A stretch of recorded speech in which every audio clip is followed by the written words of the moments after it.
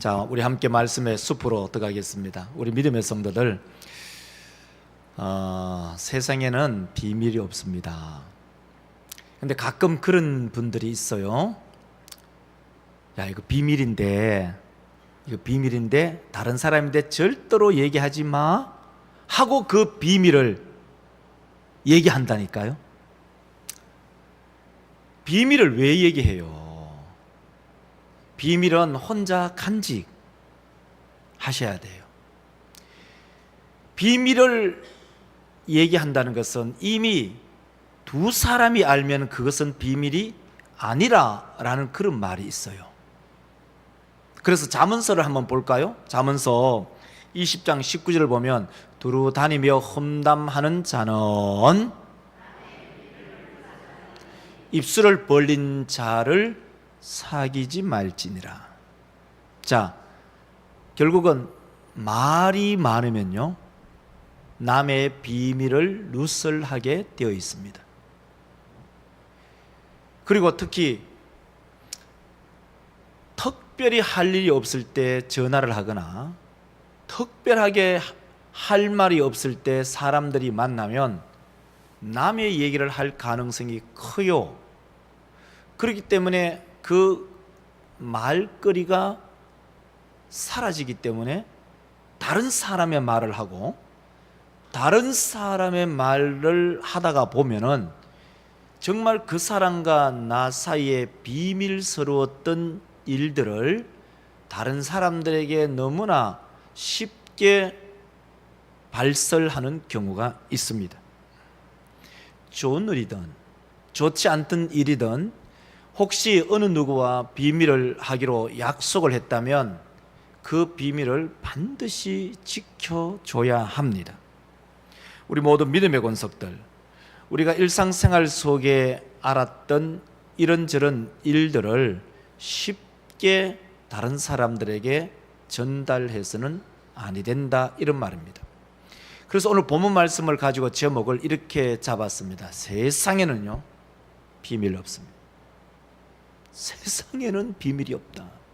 자, 오늘 본문 말씀은 누가복음 12장 1절에서 이 3절의 본문을 잡았어요.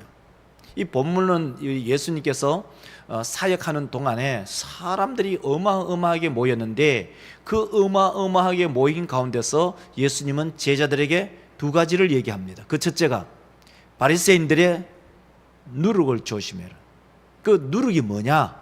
누룩이라는 것은 바로 외식이다 라고 주님께서 말씀하셨고, 그 두 번째는 바로 복음은 비밀이 없다는 겁니다.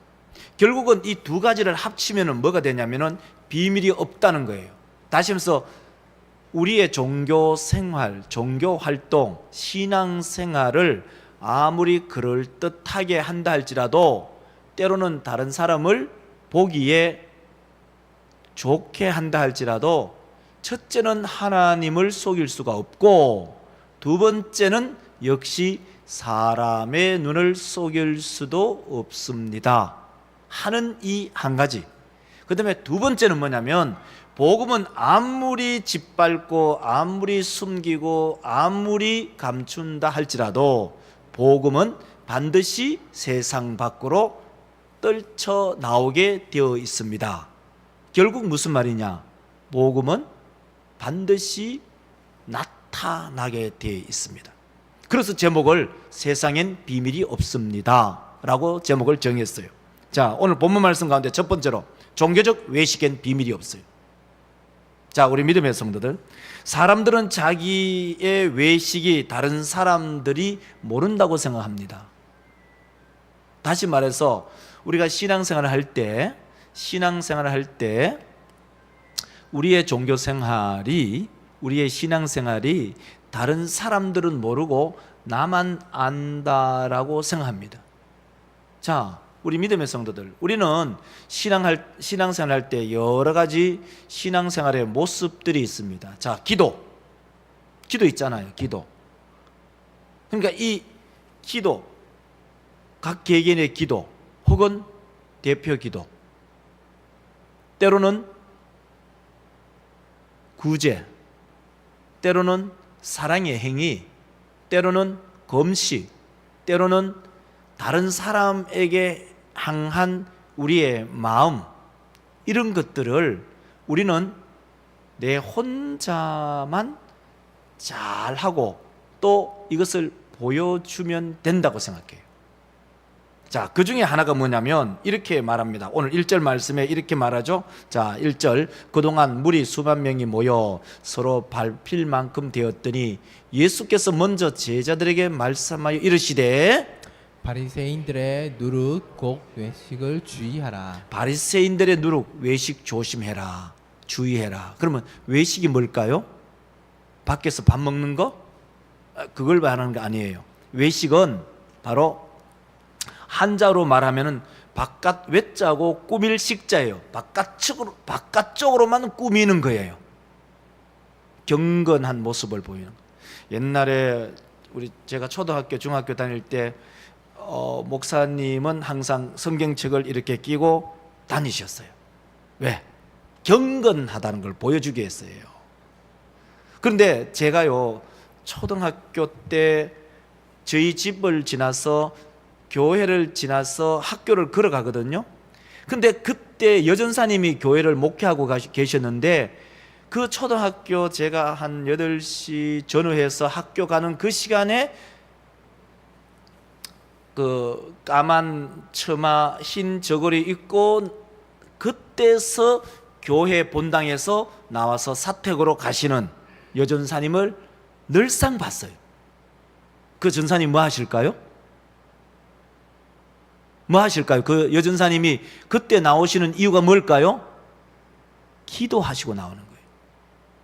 촌에는 새벽 기도가, 우리는 5시로 고정되어 있지만 촌에는 여름 같으면 4시 반에 해요.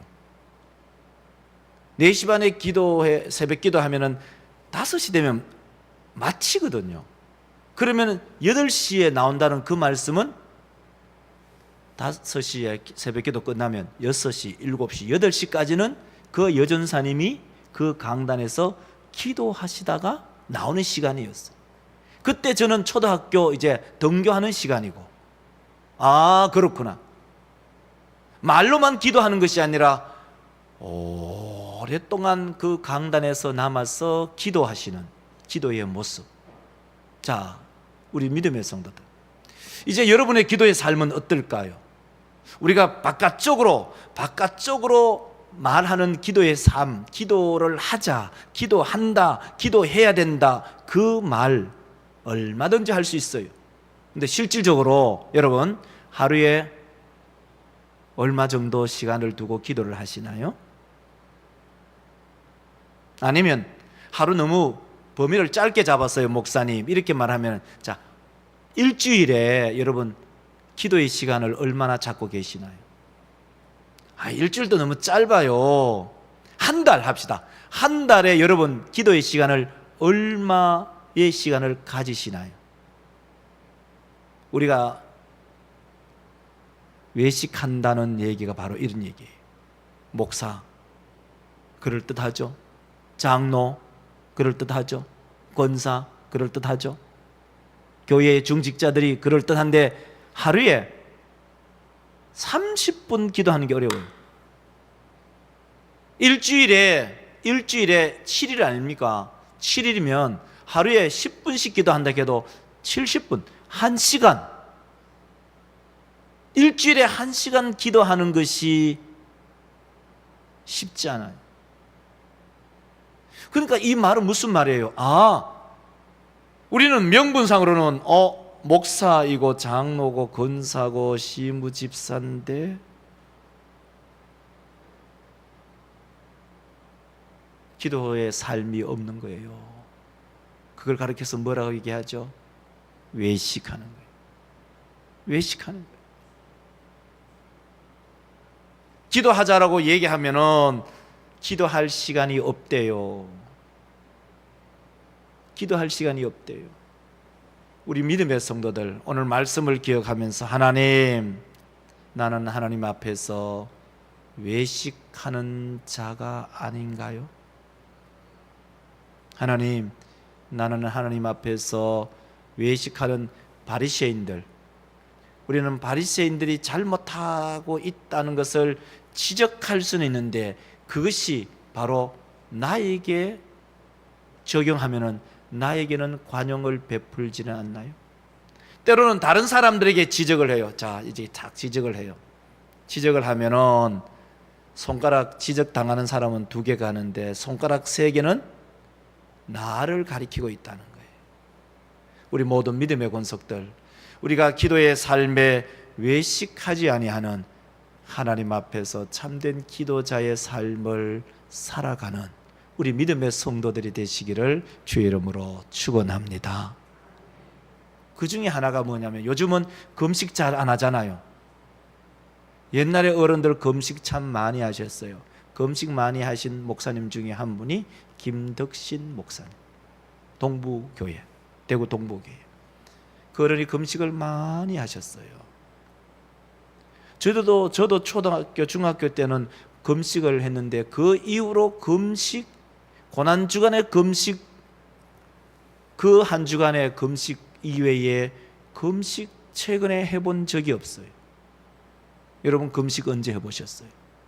금식의 기본적인 의미는 무엇입니까? 금식은 바로 내가 육체적인 영양 공급을 받지 않고 전적인 나의 모든 삶을 하나님께 의탁합니다 하는 것인데 바리새인들은 그 금식을 이렇게 이용했어요. 마태복음 6장 16절에 보면 이렇게 말하죠. 자 보세요. 금식할 때 너희는 외식하는 자같이 슬픈 기색을 보이지 말라. 그들은 금식하는 것을 사람에게 보이려고 얼굴을 흉하게 하느니라. 내가 진실로 너희에게 이르노니 그들은 자기 상을 이미 받았다. 다시 말해서 금식을 하면은 얼굴이 약간 수축합니다. 왜? 식사를 못하니까요. 물만 마시니까. 영양분이 몸에 공급되지 않으니까 얼굴이 수축합니다. 그래서 이것을 의도적으로 내가 금식, 성구 보여주세요. 얼굴이 수축됨으로 성구 보세요. 의도적으로 슬픈 기색을 보이는 거예요. 왜요? 다른 사람이 내가 금식하고 경건한 삶을 산다는 것을 보여주기 위해서. 우리 믿음의 성도들. 그래서 아예 금식을 하지 않는지는 모르지만 여러분이 혹시 금식할 일이 있거나 금식의 기회가 있다면 오히려 더 얼굴을 환하게, 더 얼굴에 화장도 뽀시시하게, 그래서 이 사람이 금식을 하는 줄 모를 정도로 더 아름답게 자기의 모습을 꾸미십시오. 그래야만이 외식의 금식이 되지 않는다는 말씀입니다.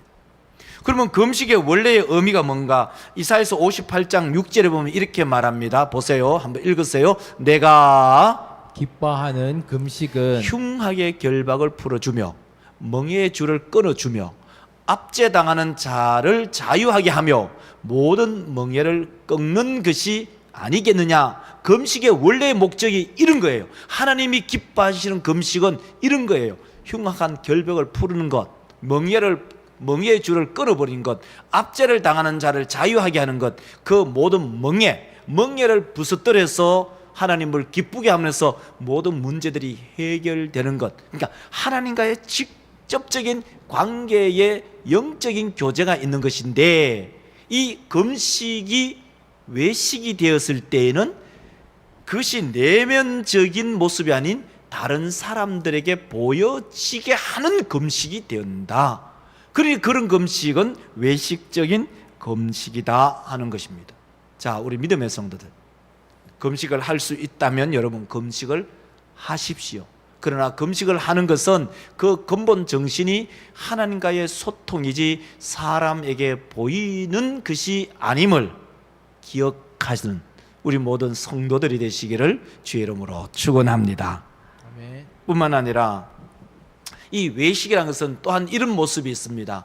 다시 말해서 겉과 속이 다름을 말합니다. 외식은, 자 한번 따라합시다. 외식은 겉과 속이 다름을 말합니다. 겉과 속이 다름을 말합니다. 자 다시 한번 따라하십니다. 여러분 졸지 마시고. 자 외식은 외식은 겉과 속이 다름을 말합니다. 겉과 속이 다름을 말합니다. 겉과 속이 달라요. 보세요. 마태복음 23장 25절에 보면 이렇게 말합니다. 화하실진저 외식하는 서기관들과 바리새인들이여 장과 대접의 겉 깨끗해요. 자, 여러분 읽으세요. 빨간 글씨 읽으세요. 시작. 잔과 대접의 겉은 깨끗하되 그 안에는 탐욕과 방탕으로 가득하게 하는도다. 이게 외식이구나. 바깥쪽 외모는 깨끗한데 그 속에는 탐욕과 방탕으로 가득함. 이것이 외식의 정의라고 볼 수 있어요. 자, 우리 믿음의 성도들. 그러니까 이 말씀은 바깥쪽으로는 이런 거예요. 예를 들면은 가운 입고, 그죠? 성례식 할 때 목사 가운 입잖아요. 바깥쪽으로는 양복을 멋있게 입고 넥타이도 입고, 근데 그 속에는요 시커머요. 우리 권사님들 한 번씩 예쁘게 한복 입고 오잖아요. 한복이 최고 예뻐요. 그 꽃 같은 한복을 예쁘게 입고 오시는데 그 속은 시커멓다. 그럼 이것을 가리켜서 외식이다 라고 얘기할 수 있는 거예요. 그것이 신앙생활 할 때 마찬가지예요. 신앙생활 할 때도 이러한 삶을 살아가는 것이 바로 외식이다는 거예요. 자, 우리 믿음의 권속들, 그러므로 우리의 모든 신앙생활에 있어서 겉과 속이 동일한 외식하지 아니하는 그런 우리 성도들이 되시기를 주의 이름으로 축원합니다. 자, 두 번째로는요, 복음 전파엔 비밀이 없어요. 다시 말해서 이 말씀은요, 사람이 아무리 복음을 감춘다 할지라도 복음 역시 비밀이 없다, 이런 말씀이에요. 3절을 한번 보실래요? 3절 보면 이렇게 말하죠. 이러므로 너희가 어두운 데서 말한 모든 것이 광명한 데서 들리고 너희가 골방에서 귀에 대고 말한 것이 지붕 위에서 전파되리라. 예, 이 본문 말씀 보면은 어둠과 강명, 골방과 지붕 위, 이게 서로 비교 대조가 되잖아요. 어두운 데서 말하는데 복음을 어두운 데서, 다시 해서 이 얘기는 이렇게 적용할 수 있어요. 자, 북한이 공산 지하에 있어요. 공산 지하에 있으면서 복음을 전했어요. 쪽복음을 전했어요. 다시 해서 어두운 데서 전했어요. 근데 그 복음이 광명한 대로 나타나요. 뿐만 아니라 골방에서 몰래 기도하고 몰래 하나님의 말씀을 읽는데 그 골방에서 기도하고 골방에서 몰래 했던 일이 온 천하에 드러나요. 제가 이것을 어떻게 이해하러 들까 생각을 하다가, 여러분 전에 신의 악단 보셨잖아요. 신의 악단. 그 신의 악단에 있는 그 한 사람 한 사람이 몰래 기도하고 몰래 성경을 읽잖아요. 근데 결국은 그것이 드러나서 만천하에 알려지잖아요. 그러한 것이죠. 자, 그러므로 세상에는요 비밀이 없어요. 외식한다고 해서 그것이 외식이 비밀로 계속 유지되느냐? 그렇지도 않고, 복음이 골방에서 때로는 어두운 데서 증거되고 나눔을 갖는다고 해서 그것이 계속 어둠 속에 있느냐? 그렇지도 않습니다. 복음도 어둠을 뚫고 밖으로 나가게 되어 있습니다. 그러므로 우리 믿음의 권속들, 우리는 이제 뭘 합니까? 새 생명 작정을 하잖아요. 새 생명 작정을 하고 새 생명을 위해서 기도하고 새 생명을 위해서 헌신하고 그들과 만나고 차를 한 잔 마시고 식사를 하고 또 선물을 드리고 교회로 초청하는 것. 자, 이거는 우리 여러분이 개인적으로 할 수 있어요. 아무도 모를 수가 있어요. 그런데 그것을 잘 하면 결국 복음의 씨앗이 부러지고 움이 트고 잎이 피고 꽃이 피고 결국은 열매를 맺기 때문에 복음에도 비밀은 없어요. 우리 모든 믿음의 성도들, 이 복음 전파에 비밀 없음을 아시고 우리가 복음 전파에 힘쓰고 애쓰는 우리 믿음의 권속들 되시기를 주의 이름으로 축원합니다. 오늘 이제 말씀을 맺을까 합니다. 우리 믿음의 성도들, 오늘 마음속에 이 세상에 비밀 없다. 저는 그런 생각합니다. 가끔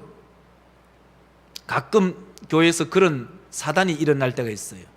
다시 말해서 목사님하고 어느 장로님하고 그 교회의 비밀스러운 일을 가져요. 때로는 재정적인 부분, 교회의 돈을 유용할 때 재정부장 장로님하고 목사 딱 둘이서 목사님은 아세요, 장로님은 아세요, 딱 해서 둘이가 비밀로 그것을 재정을 비밀로 씁니다.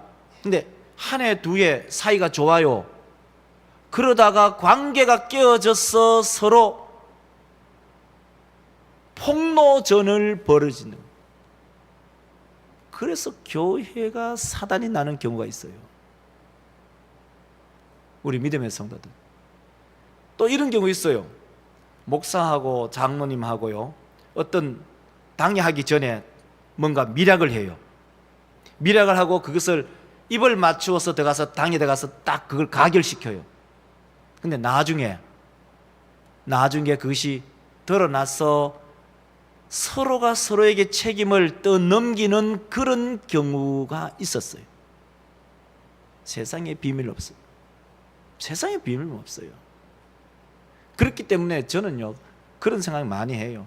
어느 장로님 한 사람에게 특권을 부여하거나, 어느 성도 어느 한 사람에게 특권을 부여하거나, 어느 성도와 어느 성도의 특별한 비밀을 갖거나, 그 비밀이 유지될 줄 압니까? 천만의 만만의 말씀. 절대로 그 비밀이 유지되는 법이 없어요. 그것을 믿는다는 것은 굉장히 어리석은 짓이에요. 우리 모두 믿음의 성도들, 우리가 신앙생활을 할 때 어느 특정인과 비밀의 관계를 가지지 마십시오. 가끔 우리 청년들 속에 사귀는 친구들이 있잖아요. 사귀는 친구들, 니캉내캉 비밀로 사귄다? 니캉내캉 비밀이다, 절대로 티내지 말자, 다른 사람에게 티내지 말자 라고 하는데 그게 티나지 않을까요? 그것은 어리석어요. 티가 안 날 수가 없어요. 그러므로 우리 믿음의 성도들, 외식도 아무리 감추려고 해도 감춰지지 않습니다. 여러분의 본심이 드러나게 돼 있어요. 그래서 우리 믿음의 성도들, 그렇기 때문에 우리는 교회의 일꾼들을요, 신실한 일꾼들로 세워야 돼요. 무슨 말이냐면 이런 거예요. 임직 받기 전에는 신실해요. 임신 받고 난 다음에는 본색이 드러나요. 아무나 교회의 임직자, 중직자로 세우면 안 돼요. 여러분 잘 살펴보십시오. 외식하지 않고 경건한 사람을 세워야 돼요. 외식하는 사람을 교회의 중직자로 세웠다가는 낭패를 당해요. 무슨 말이에요? 한번 세울 때는 쉬워요. 그 사람을 폐할 수가 없어요. 만약에 당회나 성도들이 폐한다? 난리가 나요. 우리 모두 믿음의 성도들, 외식하는 사람들이 교회에 없어야 되지만 그 중에서도 교회의 중직자들이 외식하지 않는 경건한 신앙의 사람들이 되시기를 주의 이름으로 축원합니다. 두 번째가 바로 그거죠. 복음에도 비밀이 없다. 여러분이 복음을 전가하면 그것이 묻혀있는 듯 하지만 결국은 그 복음은 우미 돋고 싹이 나고 잎이 피고 꽃이 피고 열매를 맺는다. 여러분 오늘 이 설교의 원리를 잘 깨달아 우리의 삶에 잘 적용하는 우리 믿음의 성도들 되시기를 주의 이름으로 축원합니다. 기도합시다.